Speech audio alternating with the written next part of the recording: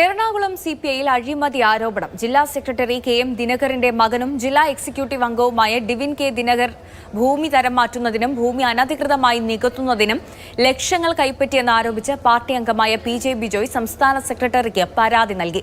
പരാതിക്കാരനായ ബിജോയ് പ്രവാസിയായ ഒരാളിൽ നിന്ന് ലക്ഷങ്ങൾ വാങ്ങിയിട്ട് തിരികെ നൽകാത്തത് ചോദിച്ചിരുന്നു. അതിന്റെ വൈരാഗ്യത്തിലാണ് തനിക്കെതിരെ ആരോപണം ഉന്നയിച്ചതെന്ന് ഡിവിൻ കെ ദിനകർ പ്രതികരിച്ചു. സിപിഐ എറണാകുളം ജില്ലാ സെക്രട്ടറി കെ.എം. ദിനകരൻ സംസ്ഥാന സെക്രട്ടറി ബിനോയ് വിശ്വത്തിന്റെ പ്രവർത്തനങ്ങളെ ശക്തമായി വിമർശിക്കുന്നതിന്റെ ഓഡിയോ സന്ദേശം നേരത്തെ പുറത്തു വന്നിരുന്നു.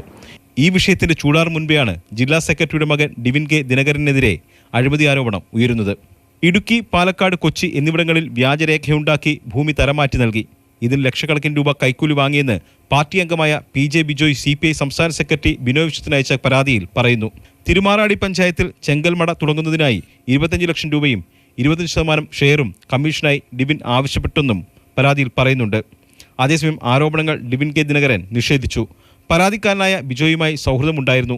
ആരോപണങ്ങൾ തെളിയിക്കാൻ പരാതിക്കാരനെ ഡിവിൻ വെല്ലുവിളിച്ചു. അത് അയാളോട് അത് തെളിയിക്കാൻ പറയണം. അതാണ് നമുക്ക് പറയണത്. എന്തായാലും തെളിയിക്കണമല്ലോ. ഒരു ആരോപണം ഒരാൾക്കെതിരെ ഉന്നയിച്ചു കഴിയുമ്പോൾ സ്വാഭാവികമായ അതിന്റെ തെളിവുകളും കാര്യങ്ങളും ഒക്കെ വെച്ച് അയാളത് തെളിയിക്കട്ടെ. ഞാൻ അതിനകത്ത് ഭാഗവാക്കായ ആളല്ല. പണം നഷ്ടപ്പെട്ട പറവൂർ സ്വദേശി ജിമോഷിന്റെ വീഡിയോ സന്ദേശവും ഡിവിൻ കെ ദിനകരൻ പുറത്തുവിട്ടു. മൊത്തം 16 ലക്ഷം രൂപയാണ് ഞാൻ അവന് കടമായിട്ട് കൊടുത്തത്.